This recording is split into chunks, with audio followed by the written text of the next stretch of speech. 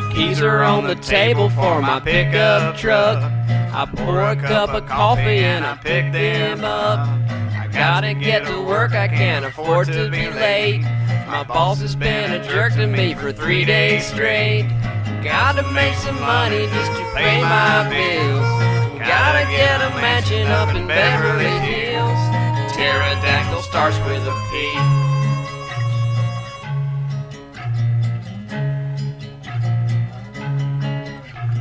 On my way to work I see a Viking ship, loaded down with anthrax and potato chips. An asteroid approaches and hits the road. I swerve to avoid it and my tires explode. Good thing my truck's a bullfrog that can levitate. The cops told me I better not leave this state. Ganondorf's the boss, don't operate of time. So what's he doing in my pants? Talking to Martians with satellite dishes. Take hold of your rod, we're gonna catch us some fishes. Halloween is scary, pumpkins grow in a patch. My favorite innuendo movie title is Snatch. Don't make country on LSD.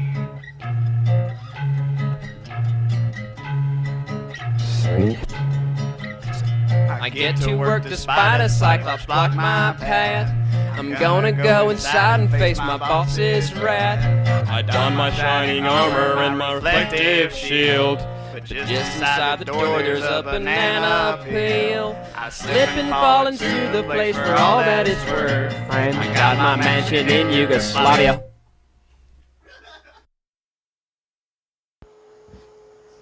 Welcome y'all to another hootenanny hoedown of a podcast. It's the B-Flow Show podcast. I'm your host, B-Flow. Thank you so much for taking the time out of your busy schedule to listen. I hope you're enjoying the season, chauffeur. Don't forget to like and tell your sister's ex-boyfriend's little brother to do the same. Today's episode is all about Southern superstitions. Growing up in a small town in Georgia, I was exposed to all kinds of different kinds of sayings and superstitions. My dad is an outdoorsman. He loves to fish and hunt. I would hear all kinds of things when it comes to luck from his day at fishing, such as, if the cows are lying down, then the fish aren't biting. My dad wouldn't even consider going fishing if he saw a bunch of cows laying down. I don't know what cows have to do with fish. They don't even eat fish. They eat grass. Does the collective weight of the cows laying down send a message to an underwater spring that travels to a nearby lake or pond and it makes the fish less hungry? Yeah, I don't know. I have empirical evidence that fish do bite more frequently when it's raining. 2 times in my life I can remember when I was catfishing with my dad and a pop-up thunderstorm would come out of nowhere. He would catch 3 to 5 fish as lightning was striking 50 feet from us. We couldn't take shelter because the fish were biting. The cows were nowhere in sight to help me not to fear for my life, you know. My grandma taught me that you should never spill salt because it's bad luck. But if you were ever to do so, you must take some and throw it over your shoulder. My sister and I would argue about which shoulder. Another one was, if a black cat crosses your path, it's bad luck. To counterattack this bad luck, you had to say, curse the cat, and put an X on your windshield. I checked into this, and it looks like this myth started in Germany. Depending on which way the cat crosses, right to left or left to right, it will bring you good or bad luck. If you run over the black cat, little Susie will have bad luck, and she will learn a tough life lesson about death and grief. Speaking of cats, I remember a terrifying old wives' tale that said it was bad to have cats around babies. They get jealous of the babies for taking the attention away from them, and it seems that they are drawn to the baby's milky breath. The superstition is that the cats would put their mouths to the baby's mouth to try to steal their breath from them. Here's one. Never split a pole. Hear me out on this one before the jokes start. 2 people are walking down the street. They're approaching a telephone pole, but both people need to walk to one side of the pole as and not the opposite sides of the pole to avoid splitting it. If this does happen by chance, splitting the pole, one person needs to slap the other person on the back 3 times before continuing their evening stroll. What happens if someone splits a pole? My guess they're more likely to become a stripper. Knocking on wood was also big in my family growing up. If we said something we didn't want to come true, we would knock on wood to make sure that the terrible thing we just said did not come true. If there was no wood around, just saying knock on wood would suffice, or you could knock on your own head. If you open a pocket knife, you have to be the one to close it back, or that's bad luck. Look out, bank account. The amount of collard greens and black-eyed peas that you eat on New Year's Day determines the amount of money you're going to get for that following year. And speaking of money, if your palm is itching, then you're about to come into some. Maybe your great Uncle Louie put you in his will. If you ever get a sudden shudder, it means that someone walked on your future grave, sending a creepy sensation back in time to make you cringe. I would avoid walking on graves for this reason, still do, and I didn't want anyone in the past to feel weird. Definitely don't want to inconvenience past people. Growing up, we had a lot of bonfires in the backyard. I would sometimes throw sticks or leaves in there or put a stick in to make it glow on the end. My parents would always tell me, if I play in the fire, I'm gonna pee in the bed. And that explains my chronic bedwetting problem and why I have to sleep with rubber sheets. If your nose starts to itch randomly, it means that you're going to have company.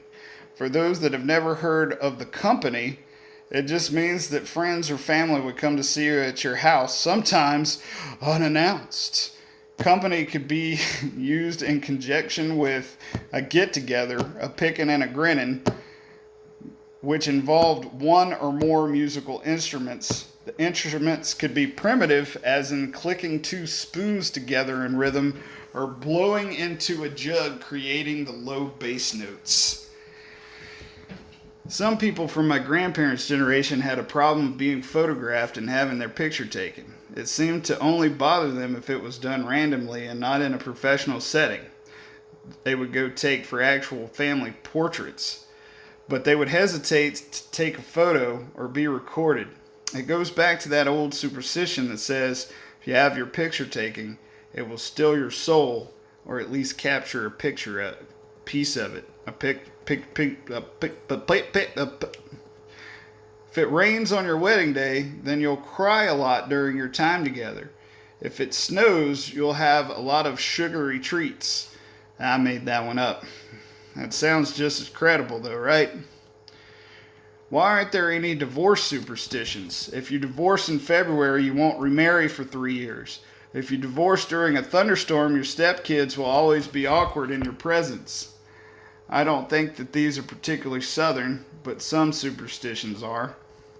How about don't walk under a ladder or you'll have bad luck? Don't break a mirror or you'll have 7 years bad luck. Don't open an umbrella or you'll also have bad luck. Don't step on a crack or you'll break your mama's back. If there's a hazy ring around the moon, then it's going to rain. Also, if there's a half moon and it's upside down, it's going to rain soon. The moon is, quote unquote, pouring out rain. If March comes in like a lamb, it's going to go out like a lion, or vice versa. The month of March usually starts with cold, unpleasant weather, but ends mild and pleasant. Sometimes in Georgia, it would be the opposite. We have weird seasons. Georgia's 12 seasons are winter, full spring, second winter, spring of deception, third winter, the pollinating, actual spring, summer, hell's front porch, false fall, second summer, third summer, fourth summer, actual fall, and then we start all over again. I remember hearing something along the lines of a wart is supposed to be cut off, buried under an oak tree, and a yellow ribbon tied around the tree to prevent the wart from regrowing. Upon research, looks like this was a mix-up with another practice that was happening at the time. The yellow ribbon around the oak tree was for military troops that were far from home, missing, or killed in action. Here's one. Don't go outside with a wet head or you'll get sick. This mainly applied to the winter or the cool night air. Don't take a shower during a thunderstorm. You'll get struck by lightning or just electrocuted in the shower.